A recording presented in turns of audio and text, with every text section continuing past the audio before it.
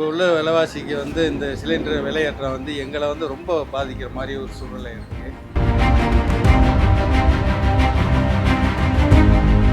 சென்னையில் அது மாதிரி தான் நடக்கும். என்ன பண்ண முடியும்? ஒன்றும் பண்ண கேஸ்லாம் ஒன்றும் பண்ண முடியாது. இதுதான் எதனா கவர்மெண்ட் எதனா பார்த்து நடவடிக்கை.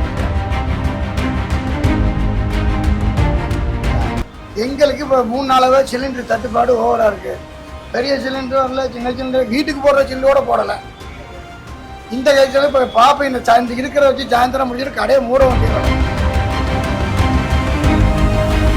நமக்கு நியாயமாக காசு கொடுத்துக்கிற பொருளையே கிடைக்காம இருக்க போகும்போது பதுக்கி வைக்கிற அப்போ இதே உருவாக்குற மாதிரி தான் இருக்கு. இவங்க அந்த வணிக சிலிண்டரை நிப்பாட்ட போகும்போது அது வந்து அந்த கள்ளச்சந்தையில் இருக்கிற வியாபாரத்தை இதை மறைமுகமாக ஆதரிக்கிற மாதிரி இருக்குங்க. 5 சிலிண்டருக்கு இன்னைக்கு வர வேண்டியது எனக்கு வரலை, 2 தான் கொடுத்துட்றேன்னு. அப்போ கூட அதுக்கு அந்த காஸ்ட்டோட டபுள் காஸ்ட்டாக தான் இருக்குது. ஒன்று நான் 2 சிலிண்டர் வாங்குற காஸ்ட்டு 1 சிலிண்டர் கொடுக்குறதா இருக்குது.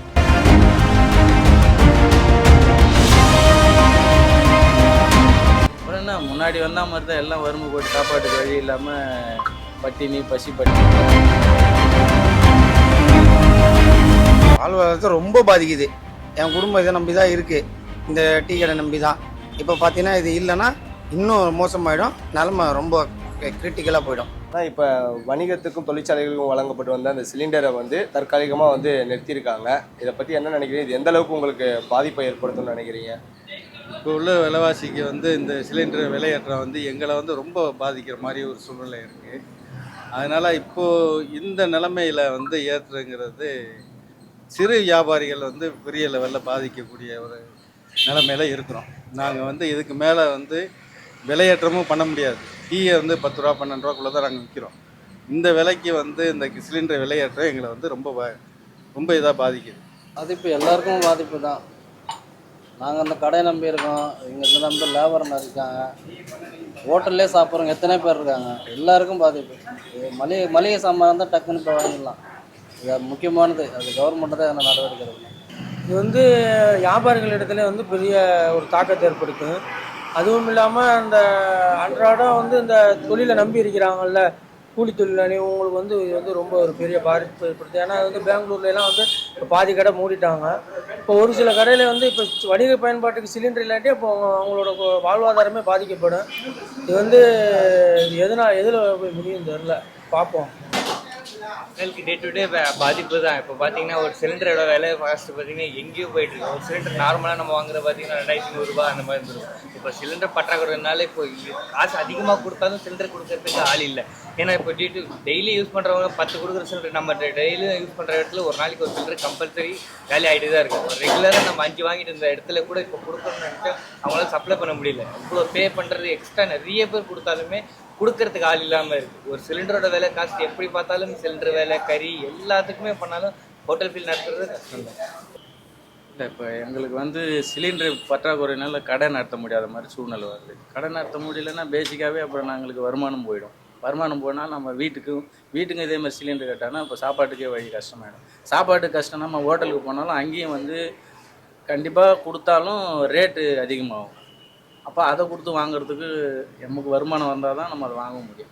இப்போ இது எல்லாமே பிரச்சனையாக தான் வந்து நிற்கிது. அதாவது வந்து என்ன பிரச்சனைன்னு தெரியல ஐயா. எங்களுக்கு இப்போ 3 நாளாவே சிலிண்டர் தட்டுப்பாடு ஓவராக இருக்குது. பெரிய சிலிண்டர் வரல, சின்ன சிலிண்டர் வீட்டுக்கு போடுற சிலிண்டரோட போடலை. இந்த கேஸில் இப்போ பாப்பா இந்த இருக்கிற வச்சு சாயந்தரம் முடிஞ்சிட்டு கடையை மூட வேண்டிய வேலை தான். இதனால வந்து இருக்கிற ஒரு வேலைக்கு இருக்கிறவங்களுக்கு என்ன பண்ண போறோம்னா அதுவும் தெரியல. பண்ணிட்டு இருக்கீங்க. காலிலேருந்து ரொம்ப கஷ்டப்படுங்க. சிலிண்டர் இங்கே கிடைக்கும் அங்கே கிடைக்கும் எல்லாத்தையும் அலைஞ்சிட்டு இருக்கேன். சிலிண்டர் கிடைக்கல. இப்படியே போச்சுன்னா கடையை 2 நாளில் இழுத்து மூடிட்டு போக வேண்டியது தான், வேறு வழி இல்லை. ஆல்மோஸ்ட் வந்து பார்த்தீங்கன்னா பெங்களூர்லாம் நிறைய ஹோட்டல்ஸ்லாம் வந்து மூடிட்டு வராங்க. இந்த சூழ்நிலை இப்படியே நடந்துச்சுன்னா எந்த மாதிரியான பாதிப்பு ஏற்படுத்தும்? அது பொதுமக்களுக்கு எந்த அளவுக்கு பாதிப்பு ஏற்படுத்தும்? பொதுவாகவே பொதுமக்களுக்கு இதனால் பாதிப்பு தான். இந்த பாதிப்பு வந்து ரொம்ப ஏற்றத்தை வந்து கொஞ்சம் குறைச்சி கன்செஷன் பண்ணால் நல்லா இருக்குன்னு நாங்கள்லாம் விரும்புகிறோம். சென்னையில் அது மாதிரி தான் நடக்கும். என்ன பண்ண முடியும்? ஒன்றும் பண்ண கேஸ்லாம் ஒன்றும் பண்ண முடியாது. அது எதனா கவர்மெண்ட் எதனா பார்த்து நடவடிக்கை. கேஸ் இப்போ கடை 1 நாள் லீவ்ட்டு வாடகை எல்லாமே இருக்குதுல்ல. இப்போ தொழிலாளருக்கு அன்றைக்கி வேலை பார்த்தா தான் சம்பளம். இது வந்து எப்படின்னா இப்போ அந்த அன்றைக்கி வேலை பார்த்து சம்பளம் வாங்குகிற கூலி அன்றாடம் கூலி வாங்குறவங்களுக்குலாம் வந்து இது வந்து பெரிய ஒரு பாதிப்பை தான் ஏற்படுத்தும். இப்போ ஹோட்டல் வச்சுருக்காங்க அப்படின்னா அந்த வாடகை, அவங்களுக்கு அடுத்தடுத்த இதெல்லாம் வந்து எல்லாமே பாதிக்கப்படும். இது மக்கள் மத்தியிலே மக்களுக்குமே இது வந்து பெரிய ஒரு சிரமத்தை ஏற்படுத்தி விலையேற்றம் ஒரு இந்த மாதிரி ஒரு சூழ்நிலையில தான் வந்து இருக்குது. அதாவது ஒரு சிலிண்டர் வச்சிருக்கவங்க தான் வந்து ஒரு ஹோட்டல் நடத்துறது மாதிரி வந்துடும்.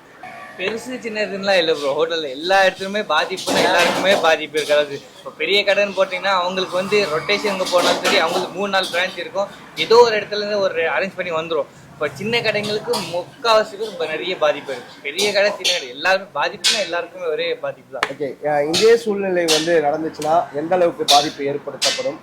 மக்கள் எந்த அளவுக்கு பாதிக்கப்படுவாங்க? மக்கள் பாதிக்க தான் போடுவாங்க எல்லாருக்கும், எல்லா இடத்துக்குமே. இதுவே வந்து ரொம்ப நாள் நீடிக்காது. இந்த போர் நடந்திருக்கனால, இந்த போர் நடந்துச்சுன்னா நார்மல் டேஸ்க்கு வந்துடும். பெங்களூர்லாம் பார்த்தீங்கன்னா ஆல்மோஸ்ட் பாதி ஹோட்டல்ஸ் வந்து மூடிட்டு இருக்காங்க. அதை பற்றி என்ன நினைக்கிறீங்க? அதை பற்றி அந்த இடத்துல இந்த மாதிரி இங்கேயும் மேபி வாய்ப்புகள் நிறையவே இருக்குது. ஏன்னா இப்போ நம்மளுக்கு கொடுக்குற சிலிண்டர் வர ஸ்டாக்குங்க வந்து வர்றது பற்றாக்குறை நிறுத்திட்டாரு. 5 சிலிண்டருக்கு இன்னைக்கு வர வேண்டியது எனக்கு வரலை, 2 தான் கொடுத்துட்றேன்னு. அப்போ கூட அதுக்கு அந்த காஸ்ட்டோட டபுள் காஸ்ட்டாக தான் இருக்குது. நான் 2 சிலிண்டர் வாங்குற காஸ்ட்டு 1 சிலிண்டர் கொடுக்குறதா இருக்குது. அப்புறம் என்ன, முன்னாடி வந்த மாதிரி தான் எல்லாம் வறுமை போட்டு சாப்பாட்டுக்கு வழி இல்லாமல் பட்டினி பட்டினியாக தான் போகும். இப்போ பெங்களூரை பொறுத்த வரைக்கும் பார்த்தீங்கன்னா பாதி ஹோட்டல்ஸ் வந்து மூடிட்டு வராங்க. ஆமாம், அந்த நிலை இங்கே ஏற்படும் நினைக்கிறீங்களா? கண்டிப்பாக. பெங்களூரில் முன்னாடி வந்துச்சு, இங்கே 2 நாளில் வரும் நினைக்கிறேன். 30 வருஷமாக அந்த இடத்துல ஹோட்டல் நடத்திக்கிட்டு இருக்கேன். இப்போ தான் இந்த தட்டுப்பாடே எனக்கு இருக்குது. சிலிண்டர் விலை நார்மலாக எப்படிலாம் வருது? நார்மலாக முதல்ல நல்லா தான் கிடைச்சி, இப்போ இந்த ஒரு வாரமாக தான் அவ்வளோ டைட்டில் இருக்குது. வாழ்வாதாரத்தை ரொம்ப பாதிக்குது. என் குடும்பம் இதை நம்பி தான் இருக்குது, இந்த டீ கடை நம்பி தான். இப்போ பார்த்தீங்கன்னா இது இல்லைன்னா இன்னும் மோசமாயிடும், நிலமை ரொம்ப கிரிட்டிக்கலாக போயிடும். ஓகே, இப்போ ஆல்மோஸ்ட் வந்து பெங்களூர்லாம் பாதி ஹோட்டல்ஸ் வந்து மூடிட்டு வராங்க. அந்த நிலைமை வந்து இங்கே தமிழ்நாட்டில் வரதுக்கான வாய்ப்புகள் இருக்கா? இப்போ கரெக்டாக சொல்ல முடியல. அவங்க இப்போ 2 நாள் முன்னாடி மூடினாங்கன்னா நம்ம இன்னும் ஒரு 2-3 நாள் கழிச்சு மூடுவோம், அவ்வளோதான் வித்தியாசம். கன்ஃபார்மாக மூடுறது தான். ஓகே, இப்போ மத்திய அரசு ஒரு சட்டத்தையும் நடைமுறைக்கு கொண்டு வந்து வச்சுருக்காங்க. இப்போ ஒரு வீட்டில் வந்து 2 சிலிண்டர் அது மாதிரி இருந்தால் ஓகே, அதன் மேலே ஏதாவது இந்த சிலிண்டரை பதுக்கல் பண்ணி வச்சுருந்தாலும் அதெல்லாம் சிறை உறுதி அப்படிங்கிற ஒரு விஷயத்தை சொல்லிட்டு வராங்க. அது எந்த அளவுக்குங்கிறது நமக்கு தெரியாது. நாங்கள் வந்து 2 சிலிண்டர் தான் யூஸ் பண்ணுறோம், அது கடை சிலிண்டர் தான் யூஸ் பண்ணுறோம், கமர்ஷியல் தான் யூஸ் பண்ணுறோம்.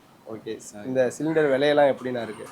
சிலிண்டர் விலை ஏற்றமாக தான் இருக்குது. நம்ம இவங்க 10 ரூபா ஏற்றுனாக்கா வியாபாரியை வந்து 20 ரூபா ஏற்றுறாங்க, நமக்கு 50 ரூபா இப்போ எக்ஸ்ட்ரா வந்திருக்கு. அதனால் கொஞ்சம் சிரமமாக தான் இருக்குது.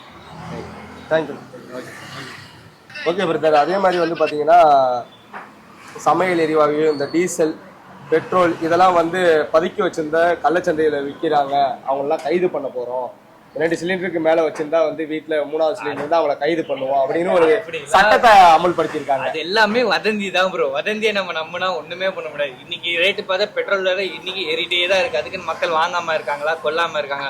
93 ரூபா இருந்துச்சு பெட்ரோல், அதிகமாக ஏற 103 ரூபா 104 ரூபாய்க்கு வாங்கிட்டு தான் இருக்காங்க, பெட்ரோல் போட்டு தான் இருக்காங்க. அதுக்கு நம்ம என்ன வாங்காமல் போடாமல் இல்லை. அது எடுத்துறது, அதை வதந்தியை நம்ம நம்ப கூடாது. நம்ம இன்னைக்கு என்ன இருக்குது அவ்வளோதான் பார்த்து போயிட்டு இருக்கு. ஓகே, கேஸ் விலை அதிகமாக தான் இருக்குது. நாங்கள் டீ விலை 10 ரூபா தான் கொடுத்துட்ருக்கோம், ஆனால் கேஸ் விலை அதிகமாக இருக்குது புதுசாக. ஏன்னா எங்கள் வந்து பழைய கஸ்டமர் தான், புது கஸ்டமர் கிடையாது. அவங்க 2 ரூபா அவங்களே ஏற்றினா அவங்க எங்கிட்ட சண்டைக்கு வருவாங்க. இதுதான் ரொம்ப போராட்டமாக இருக்குது இன்றைக்கி தொழில் பண்ணுறதுக்கு. ஓகே, நான் இப்போ பெட்ரோல், டீசல், இப்போ சமையல் எரிவாயு இதெல்லாம் வந்து பதுக்கி வச்சுருந்தா சிறை தண்டனை அப்படிங்கிற ஒரு விஷயத்த வந்து சொல்கிறாங்க. இது எப்படி பார்க்குறீங்க? ஏன்னா திடீர்னு மத்திய அரசு இப்படி ஒரு சட்டத்தை கொண்டு பதுக்கி வச்சு அது வியாபாரம் பார்த்தா அது தப்பு தான், அது மாற்று கருத்து இல்லை. நமக்கு நியாயமாக காசு கொடுத்துக்கிற பொருளையே கிடைக்காம இருக்க போகும்போது பதுக்கி வைக்கிற, அப்போ இதே உருவாக்குற மாதிரி தான் இருக்கு. இவங்க அந்த வணிக சிலிண்டரை நிப்பாட்ட போகும்போது அது வந்து அந்த கள்ளச்சந்தையில் இருக்கிற வியாபாரத்தை இதை மறைமுகமாக ஆதரிக்கிற மாதிரி இருக்குங்க. இது நம்ம கருத்து. ஓகேண்ணா, இப்போ சிலிண்டர்லாம் வந்து ரேட் எப்படி வந்துட்டு இருக்கு? சிலிண்டரு இப்போதைக்கு எல்லாமே ஒரு 2000 ரூபா, ஒரு வணிக சிலிண்டர் இப்போ வந்து 2000 ரூபாய்க்கு மேலே தான் கிடைக்குது. அது வாங்குறதே ஒரு பெரும் திண்டாட்டமாக இருக்குது. வாங்கி நம்ம அதை போட்டு வியாபாரம் பார்த்து அதை காசு எடுத்து இது பண்ணுறது கொஞ்சம் கஷ்டம். ஓகே, ஒரு பெரிய பெரிய ஹோட்டல்ஸ் வச்சுருந்தா சரி, அதுக்கேற்ற மாதிரி ஒரு ரேட் இருக்கும். இப்போ சின்ன சிறு வியாபாரிகள் வந்து அதுக்கான ரேட்டை வந்து இப்போ ஏறும்போது இங்கே பொருளில் தானே விலை அதிகமாகும், லாபம் குறையும். அதாவது வந்து என்ன சொல்றேன்னா அவங்களோட வாழ்வாதாரம் பாதிக்கப்படும். இதை நம்பி அவங்க பல இது வச்சுருப்பாங்க, அந்த இதெல்லாம் பாதிக்கப்படும். நல்லதுதான்றேன். கண்டிப்பாக அப்படி மறைச்சி வச்சதுனால விலை ஏறுது இல்லையா? இப்போ அது வந்துச்சுன்னா நமக்கு இந்த கஷ்டம் இல்லை. மறைச்சி வைக்கிறது, தண்டனை கொடுக்குறது நல்லது தான். அதெல்லாம் நம்ம பதுக்கி வைக்கிறது இல்லை. அது வந்து யாரும் பேர் முடியாது. நம்ம அன்றாடம் கமர்ஷியல் வாங்கி இதை பெரிய சிலிண்டர் வாங்கி போட்டு இடையில வியாபாரம் பார்த்துக்கிறோம். இப்ப பெங்களூர்ல நிறைய ஹோட்டல்ஸ் வந்து மூடிட்டாங்கண்ணா இதனால. அப்படியா? அந்த சூழ்நிலை இங்க ஏற்படும் நினைக்கிறேன். இந்த சூழ்நிலை கண்டிப்பாக ஏற்படுற வாய்ப்புகள் உண்டு. மெயினாக தள்ளுவண்டி கிடைப்பாக மெயினாக ஆகும். பெரிய ஹோட்டலில் என்ன பண்ணுறாங்கன்னு தெரியாது. நானே ஒரு சின்ன ஹோட்டல் வச்சுருக்கேன், எனக்கே இந்த சூழ்நிலைன்னா இனிமேல் எல்லாருக்கும் என்ன சூழ்நிலைன்னு தெரியாது. இது அரசாங்கம் தான் பார்த்துக்கிறேன். இதே மாதிரியான சூழ்நிலை வந்து ஏற்பட்டுச்சுன்னா மக்கள் எந்த அளவுக்கு பாதிப்படைவாங்க? மக்கள் பாதிப்படைகிறாங்களோ, கடைக்காரங்க மொத்தமாக பாதிப்படைப்பாங்க. அதுக்கப்புறம் தான் மக்கள் பாதிப்பாவாங்க. இப்போ அதே மாதிரி வந்து பெட்ரோல், டீசல், இந்த சமையல் எரிவாயு இதெல்லாம் பதுக்கி வச்சிருந்தா கைது செய்யப்படும் அப்படின்னு சொல்லிட்டு ஒரு சட்டத்தை அமல்படுத்தியிருக்காங்க. அது நமக்கு கரெக்டாக தெரியல. அதை பற்றி நம்ம எதுவும் சொல்கிறதுக்கு இல்லை.